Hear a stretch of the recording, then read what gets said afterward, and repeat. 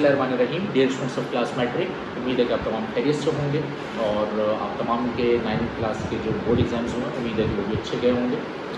Dear students, class matric physics का आज हम ऑफिशियली फ़र्स्ट लेक्चर जो है वो रिकॉर्ड कर रहे हैं और उम्मीद है कि इंशाल्लाह तमाम को ये आसान लगेगा। मैट्रिक की physics as compare to 9th class थोड़ी सी डिफ़िकल्ट है, टेक्निकलिटी है, लेकिन कोशिश करेंगे इंशाल्लाह कि आप लोग के लिए इसको आसान करें। सबसे पहले स्टूडेंट्स चैप्टर्स पर आ जाते हैं। हमारे पास यहाँ पर मैंने ये चैप्टर्स की लिस्ट कर दी जो कि आप लोगों की मैट्रिक क्लास में इंक्लूड होगी। फर्स्ट चैप्टर यहाँ पर हमारे पास है जनरल वेव प्रॉपर्टी। नंबर 2 हमारे पास है dear students sound. Third we have electromagnetic spectrum. Fourth chapter हमारे पास है ज्योमेट्रिकल ऑप्टिक्स। इसके बाद हमारे पास चैप्टर है इलेक्ट्रोस्टैटिक्स। इसके बाद चैप्टर है current electricity, electromagnetism, introductory electronics, information and communication technology, atomic structure और last one we have nuclear structure. ये टोटल हमारे पास ये चैप्टर्स हैं। इन चैप्टर्स को हम इंशाल्लाह इस सेशन के अंदर हम स्टडी करेंगे। मार्क्स डिस्ट्रीब्यूशन या मार्क्स स्कीम जो है वो आपकी एज़ कम्पेयर टू 9 क्लास में थी वही मार्क्स स्कीम है। सेक्शन ए में आपके पास 12 मार्क्स के MCQs आएंगे। शॉर्ट क्वेश्चन आंसर आपके पास 24 मार्क्स के शॉर्ट क्वेश्चन आंसर हैं जिसमें आपको 8 क्वेश्चन अटैम्प्ट करने हैं आउट ऑफ 12 और हर क्वेश्चन जो है वो 3 मार्क्स का होगा। इस तरह लॉन्ग क्वेश्चन सेक्शन सी ये भी आपका 24 मार्क्स का है। इसमें आपने 4 क्वेश्चन अटैम्प्ट करना है आउट ऑफ 6 और हर क्वेश्चन जो है वो कैरी करता है 6 मार्क्स को। ठीक है स्टूडेंट्स, अब आते हैं हम अपने मेन चैप्टर पर जो आज हमारा फर्स्ट चैप्टर है और फर्स्ट चैप्टर हमारे पास है जनरल वेव प्रॉपर्टीज़। थोड़ा सा टेक्निकल चैप्टर है लेकिन आसान करेंगे। डियर स्टूडेंट्स, चैप्टर को समझने से पहले कुछ बेसिक चीज़ों को हमें समझना पड़ेगा। सबसे पहले हमें डियर स्टूडेंट्स यहाँ पर हमें जो चीज़ समझनी है वो ये समझना है कि ये वेव बेसिकली है क्या। ठीक है, तो वेव को हम अंडरस्टैंड करते हैं कि वेव बेसिकली यहाँ पर क्या है। सबसे पहले डियर स्टूडेंट्स हम वेव को अंडरस्टैंड करेंगे। पहला जो क्वेश्चन जो हम सबके जहन में आता है वो आता है कि ये वेव है क्या basically. Waves basically dear students disturbances हैं। ठीक है, वेव्स में बेसिकली डिस्टर्बेंस क्रिएट होती है और जो कि एनर्जी को ट्रांसफ़र करता है, लेकिन इसमें डियर स्टूडेंट्स जो पार्टिकल्स हैं उनकी मूवमेंट नहीं होती। तो इसकी सिंपल सी डेफिनेशन हो जाएगी waves are disturbances that transfer energy without the transfer of medium particles. जो भी हमारे पास मीडियम है उसके जो पार्टिकल्स हैं वो मूव नहीं करेंगे, सिर्फ एनर्जी एक पॉइंट से दूसरे पॉइंट में क्या होती है इसमें ट्रांसफ़र होती है। तो ऐसे तमाम फिनोमेना जिसमें जस्ट एनर्जी जो है वो किसी मीडियम या विदाउट मीडियम मूव करे और उसमें जो पार्टिकल्स हैं वो मूवमेंट ना करें, तो इसको हम क्या कहते हैं, वेव्स कहते हैं। फॉर एग्जाम्पल, अगर मुझे भी साउंड वेव प्रोड्यूस करनी है, एक सिंपल सी एग्जांपल है। ठीक है, तो मेरे पास जो मीडियम है उसमें मुझे डिस्टर्बेंस क्रिएट करनी पड़ेगी। फॉर एग्जांपल, एक सब मेरे पास टेबल है, अगर मुझे इसमें से साउंड प्रोड्यूस करना है तो डेफिनेटली मुझे इस टेबल को डिस्टर्ब करना पड़ेगा। फॉर एग्जांपल, अभी आप देखें कि मैंने टेबल को डिस्टर्ब किया तो साउंड क्या हुई, प्रोड्यूस हुई। इसी तरह सब मेरे कॉर्ड्स जिसमें बात कर रहा हूँ तो ये हवा में, एयर में डिस्टर्बेंस क्रिएट कर रहे हैं जिसकी वजह से साउंड क्या हो रहा है, प्रोड्यूस हो रहा है। तो वेव्स की एक सिंपल सी डेफिनेशन हो जाएगी कि waves are disturbances that transfer energy without the transfer of medium. ठीक है डियर स्टूडेंट्स,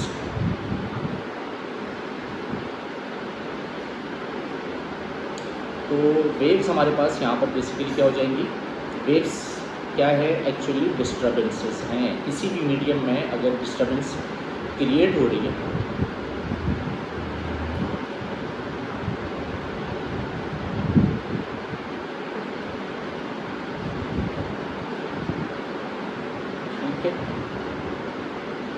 तो वेव्स क्या है, डिस्टर्बेंसेस हैं।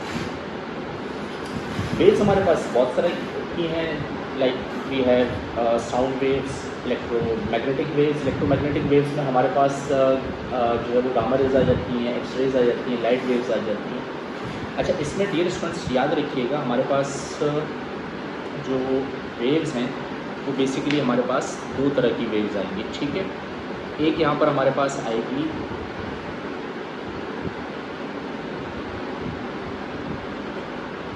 इलेक्ट्रोमैग्नेटिक वेव्स,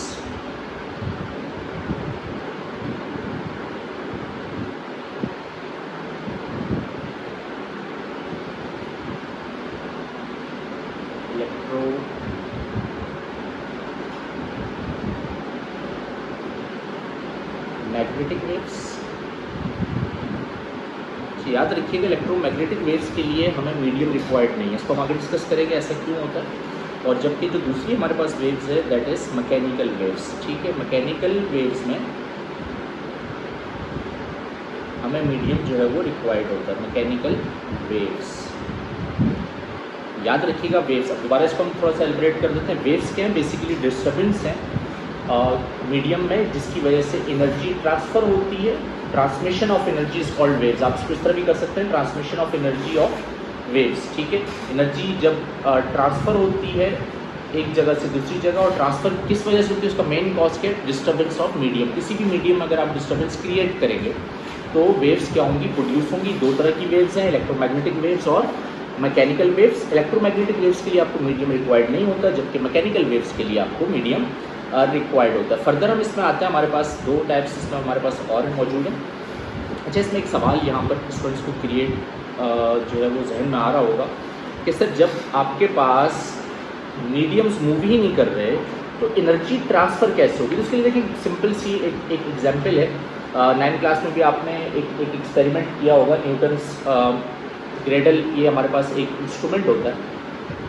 अगर आप यहाँ पर देखें, अगर मैं फर्स्ट पेंडुलम पे एनर्जी अप्लाई करूँगा तो फर्स्ट पेंडुलम बेसिकली अपनी एनर्जी ट्रांसफ़र करेगा सेकंड पेंडुलम में, और सेकंड पेंडुलम अपनी एनर्जी ट्रांसफ़र करेगा थर्ड पेंडुलम में, और जो आपका ये फोर्थ पेंडुलम है ये क्या करेगा? मूव करेगा। और अगर आप इसको क्लोजली देखेंगे तो इसमें एक वेव क्या हो रही होगी? जनरेट हो रही होगी। तो इसमें आप देखें कि जो आपके पास एनर्जी की ट्रांसफॉर्मेशन है, इसमें पेंडुलम 2 और जो पेंडुलम 3 है उसने विदाउट मूवमेंट अपनी एनर्जी को क्या किया? ट्रांसफ़र किया। अच्छा, ये हुआ क्योंकि हमने ऑब्जेक्ट में क्या किया? डिस्टर्बेंस क्रिएट की, और इस डिस्टर्बेंस की वजह से वेव्स क्या होती है? क्रिएट होती है।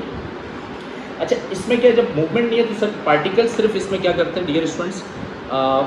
वाइब्रेट करते हैं। ठीक है, याद रखिएगा पार्टिकल्स में मूव नहीं करते, जस्ट इसमें पार्टिकल जो है वो क्या करते हैं? वाइब्रेट या ऑक्सीलेट करते हैं। ठीक है, एट देयर मेन पोजीशन, की मेन पोजीशन उस पर ये क्या करते हैं? वाइब्रेट करते हैं। तो वेव का कॉन्सेप्ट आई होप कि आपको समझ में आया होगा कि वेव बेसिकली डिस्टर्बेंस की वजह से, किसी मीडियम में जब आप डिस्टर्बेंस क्रिएट करते हैं तो वेव्स क्या होती हैं? प्रोड्यूस होती हैं, और इसमें हम बेसिकली एनर्जी को ट्रांसफ़र करते हैं एक पॉइंट से दूसरे पॉइंट पर। और जो पार्टिकल्स हैं, जो मीडियम के जो पार्टिकल्स हैं, वो अपनी मेन पोजीशन पर डियर स्टूडेंट्स क्या कर रहे होते हैं? वाइब्रेट या ऑक्सीलेट कर रहे होते हैं। अब इसमें हमारे पास जो हमारा कोर्स है, इसमें हमारे पास बेसिकली डियर स्टूडेंट्स दो वेव्स हैं। एक आपके पास है ट्रांसवर्स वेव्स, जबकि सेकंड जो हमारे पास है वो है हमारे पास लॉन्गिट्यूडनल वेव्स। ठीक है, तो सबसे पहले हम डिस्कस कर लेते हैं ट्रांसवर्स वेव्स को। ठीक है, तो ट्रांसवर्स वेव्स में क्या कह रहा है? In this waves particles of medium vibrate. देखें इसमें भी आ गया कि मीडियम जो पार्टिकल्स हैं वो मूव नहीं कर रहे, वो क्या कर रहे हैं डियर स्टूडेंट्स? वाइब्रेट कर रहे हैं।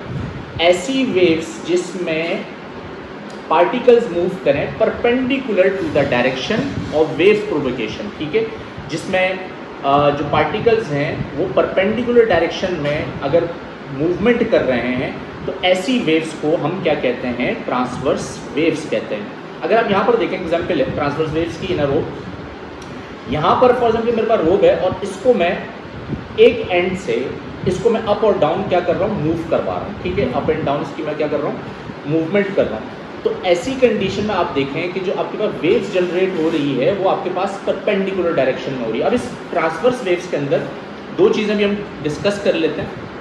एक हमारे पास इसमें लॉजिक आती है ट्रांसवर्स वेव में, याद रखिएगा दो फिनोमेना है। एक हमारे पास इसमें क्रस्ट है, जबकि दूसरा हमारे पास इसमें ट्रफ है। याद रखिएगा ट्रांसवर्स वेव्स में दो फिनोमेना जनरेट होते हैं, one we have crest and the second one we have trough. ठीक है, तो क्रस्ट को ज़रा देख लेते हैं, इसकी डेफिनेशन आप लोग नोट डाउन कर लीजिएगा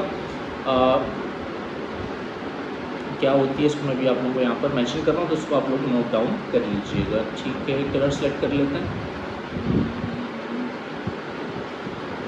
ठीक है, अच्छा इसमें जो आपके पास जो अपर साइड है, अब इसको मैं यहाँ पर मेंशन कर देता हूँ। वेव का इसमें दो फिनोमेना बन रहे होते हैं, एक क्रस्ट बन रहा होता है जबकि दूसरा टर्फ बन रहा होता है। जो क्रस्ट है वो बेसिकली पॉजिटिव अपर पार्ट है, ठीक है।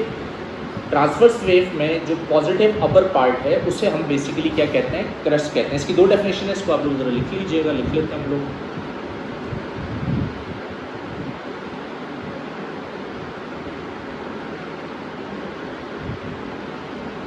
Crust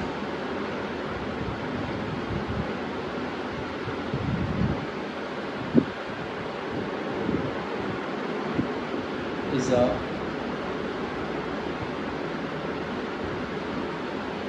point on a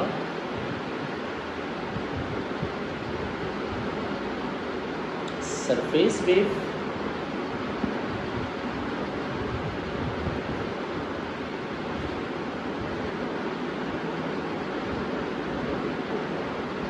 where the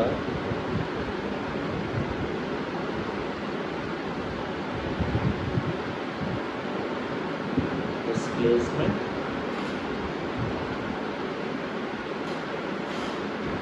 is at maximum.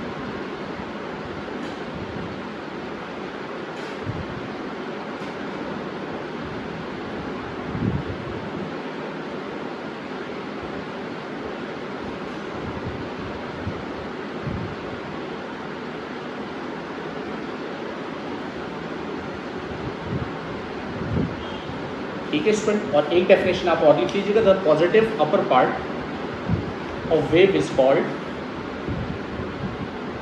Crust, ठीक है। तो ट्रांसवर्स वेव में जो अपर पार्ट होता है वेव का, जो मैक्सिमम डिस्प्लेसमेंट वेव जनरेट करती है उसे हम क्या कहते हैं, क्रस्ट कहते हैं। जबकि जो दूसरा इसमें टर्मिनोलॉजी यूज होती है वो आपके पास होती है टर्फ। ये आपका लोअर मैक्सिमम जो आपके पास लोअर जो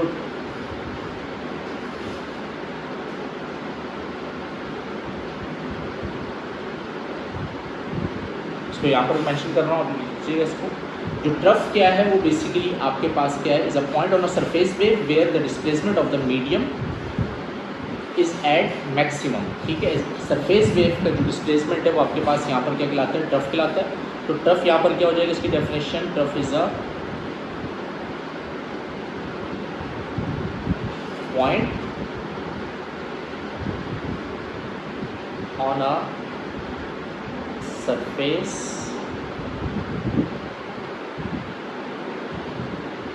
wave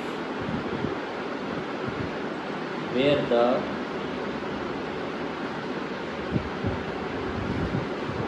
displacement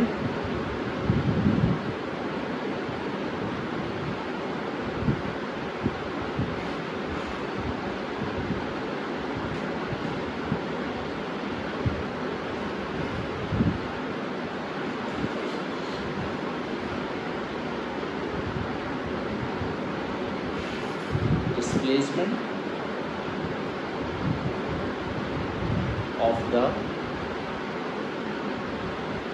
medium is at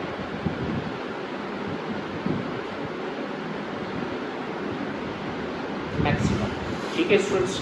transverse wave में हमारे पास दो फिनोमेनाज हैं, एक हमारे पास है क्रस्ट जबकि दूसरा हमारे पास है ट्रफ, ठीक है। क्रस्ट और ट्रफ, ठीक है, इसको आप लोग याद लिख लीजिएगा, TROUGH, ट्रफ, ठीक है। ट्रांसवर्स में हमारे पास दो फिनोमेना, जो आपके पास अपर डिस्प्लेसमेंट है उसे हम क्या कहते हैं, क्रस्ट कहते हैं, और जो लोअर डिस्प्लेसमेंट है मैक्सिमम उसे हम क्या कहते हैं, ट्रफ कहते हैं, ठीक है। और इसमें जो आपके पास जो वेव पार्टिकल्स हैं वो परपेंडिकुलर मूव करते हैं to the direction of wave propagation. Second हम आते हैं, हमारे पास है डियर स्टूडेंट्स लॉन्गिट्यूडनल वेव्स, ठीक है। लॉन्गिट्यूडनल वेव्स में हम इसको मैं ज़रा अंडरलाइन कर देता हूँ। जो हमारे कोर्स में हमारे पास दो वेव्स हैं, सेकंड हमारे पास है लॉन्गिट्यूडनल वेव्स। इसमें आप देखें डियर स्टूडेंट्स क्या कह रहा है, in the this waves particles of medium vibrate parallel to direction of waves. वहाँ पर ट्रांसवर्स वेव में परपेंडिकुलरली मूवमेंट हो रही है जबकि यहाँ पर पैरेलल डायरेक्शन में हो रही है।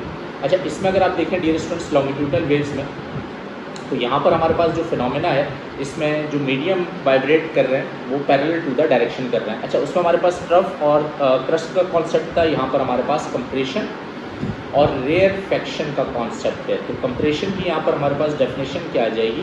कंप्रेशन बेसिकली वो रीजन है जिसमें टर्न्स कॉइल हो रहा है मोस्टली क्लोजर। ठीक है, अगर आप यहाँ पर इसमें देखें तो यहाँ पर आपको जो टर्निंग है वो दो कंडीशन पर नज़र आ रही है। कहीं पर अगर आप देखें तो यहाँ पर मैक्सिमम जो कंडीशन है, इसमें जो स्पेस है वो ज़्यादा है, जबकि अगर आप कंप्रेशन में देखें तो यहाँ पर स्पेस क्या है? कम है। ठीक है, तो यहाँ पर बेसिक सी आप डेफिनेशन यहाँ पर आप बना लीजिएगा कंप्रेशन की। कि कंप्रेशन बेसिकली क्या है? बेसिकली ये वो रीजन है, इसको आप इस तरह कर लीजिएगा, this is a region, this is a region where tons of the coil, tons of the coil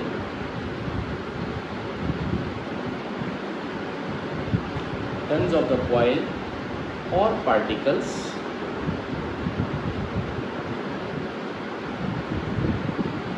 are closer together, are closer together।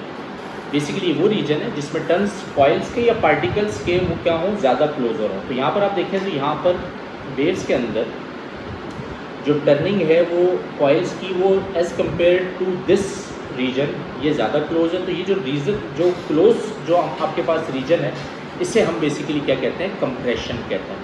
इसी तरह रेयरफेक्शन हमारे पास क्या हो जाएगा? रेयरफेक्शन बेसिकली कॉइल्स का या पार्टिकल्स का वो रीजन है जो अपार्ट है, उसमें ज़रा फासला क्या है हमारे पास ज़्यादा है। तो यहाँ पर रेयरफेक्शन की जो डेफिनेशन आपके पास आ जाएगी वो क्या आ जाएगी? This is a region, this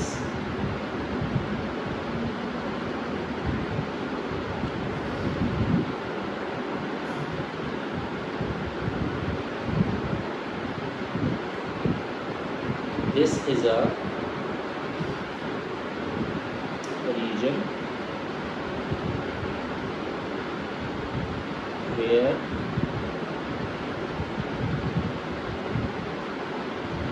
tons of the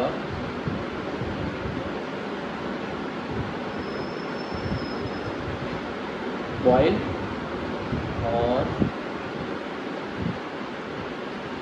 particles are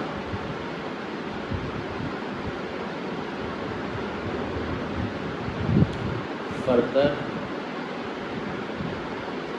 apart than average. ठीक है स्टूडेंट्स, इसको कॉपी कर लीजिएगा। तो लॉन्गिट्यूडनल वेव्स में हमारे पास जो वेव्स पार्टिकल्स हैं, मीडियम पार्टिकल्स हैं, बेसिकली मूव कर रहे हैं पैरेलल डायरेक्शन में। इसमें दो कंडीशंस हैं, एक आपके पास है कंप्रेशन, जबकि दूसरा हमारे पास है रेयरफेक्शन। ठीक है डियर स्टूडेंट्स, इस लेक्चर को आप लोग नोट डाउन कर लीजिएगा। थोड़ा सा इसको दोबारा से रिपीट कर देते हैं। ये आपके चैप्टर्स आ गए, इसमें मास डिस्ट्रीब्यूशंस आ गई। वेव्स के बारे में मैंने आपको आज बताया। वेव्स बेसिकली क्या है? डिस्टर्बेंस है। किसी मीडियम में जब हम डिस्टर्बेंस प्रोड्यूस करते हैं तो वो एनर्जी को ट्रांसफ़र करते हैं one point two another point, और उसमें जो मैटर है वो अपनी पोजीशन को चेंज नहीं करता। They just the particles of medium just vibrate और ऑक्सीलेट। इसमें मैंने आपको एग्जाम्पल एक जो है वो न्यूटन्स क्रेडल से मैंने आपको एग्जाम्पल दी, और इसमें हमारे पास मेन जो है इलेक्ट्रोमैग्नेटिक वेव्स है, मैकेनिकल वेव्स हैं। इलेक्ट्रोमैग्नेटिक वेव्स में आपको मीडियम रिक्वायर्ड नहीं होता, जबकि मैकेनिकल वेव्स में आपको मीडियम रिक्वायर्ड होता है। फर्दर दो टाइप्स और हमारे पास, transverse waves and longitudinal waves. ऐसी वेव्स जिसमें पार्टिकल्स ऑफ मीडियम जो है वो वाइब्रेट करें परपेंडिकुलर डायरेक्शन में और वेव प्रोपगेशन, उसे हम जो है वो ट्रांसवर्स वेव्स कहते हैं, जिसमें आपके पास वाटर वेव्स, रोड वेव्स या आपके पास एग्जाम्पल आ गई। लॉन्गिट्यूडनल वेव्स में आपके पास जो पार्टिकल्स हैं वो वाइब्रेट करते हैं parallel direction of wave motion में। ट्रांसवर्स वेव में जो हमारे पास जो वेव्स क्रिएट होती हैं उसमें दो बेसिक कॉन्सेप्ट हैं, और भी हैं, हम इंशाल्लाह नेक्स्ट लेक्चर में डिस्कस करेंगे। फर्स्ट हमारे पास इसमें जो कॉन्सेप्ट है वो है क्रस्ट, जबकि दूसरा हमारे पास है turf. Crust basically maximum upper side है वेव की, उसे क्रस्ट कहते हैं, और जो ट्रफ है वो लोएस्ट डिस्प्लेसमेंट मैक्सिमम डिस्प्लेसमेंट है, उसे ट्रफ कहते हैं। लॉन्गिट्यूडल वेव्स में हमारे पास दो लॉजिक्स आती हैं, एक आपके पास है कंप्रेशन, वो रीजन जिसमें कॉइल जो है वो या फिर पार्टिकल्स हैं वो मच क्लोजर हों एज टू एवरेज, और रेयरफेक्शन में बेसिकली वो रीजन है जिसमें टन्स ऑफ कॉइल्स या जो पार्टिकल्स हैं वो एवरेज से ज़्यादा फासले पर हों या उनमें स्पेस ज़्यादा हो, तो उसे हम क्या कहते हैं, रेयरफेक्शन कहते हैं। आई होप कि डियर स्टूडेंट्स ये आज का लेक्चर आपको बेसिक है, स्टेप बाय स्टेप्स को हम आगे लेके जाएंगे। आपको उम्मीद है कि आपको जो बेसिक कॉन्सेप्ट है वेव का वो आप लोग को समझ में आया होगा। इसको आप लोग कॉपी कर लीजिएगा अपनी नोटबुक्स में। मैं इसको थोड़ा सा और अगर आप कहेंगे तो मैं इसको जूम करके आप लोगों को दिखा दूँगा, तो आप लोग के लिए कॉपी करना क्या हो जाएगा, आसान हो जाएगा। ठीक है, लेक्चर नंबर 1 है ये सेशन 2025-26 का, इसको नोट डाउन कर लीजिएगा। हमारे इस यूट्यूब चैनल को आप लोग सब्सक्राइब कीजिएगा, लाजमी कीजिएगा। आज के लिए इतना ही डियर स्टूडेंट्स, इंशाल्लाह नेक्स्ट क्लास में आप लोगों से मुलाकात होती है। अपना बहुत ज़्यादा ख्याल रखिएगा। Thank you so much.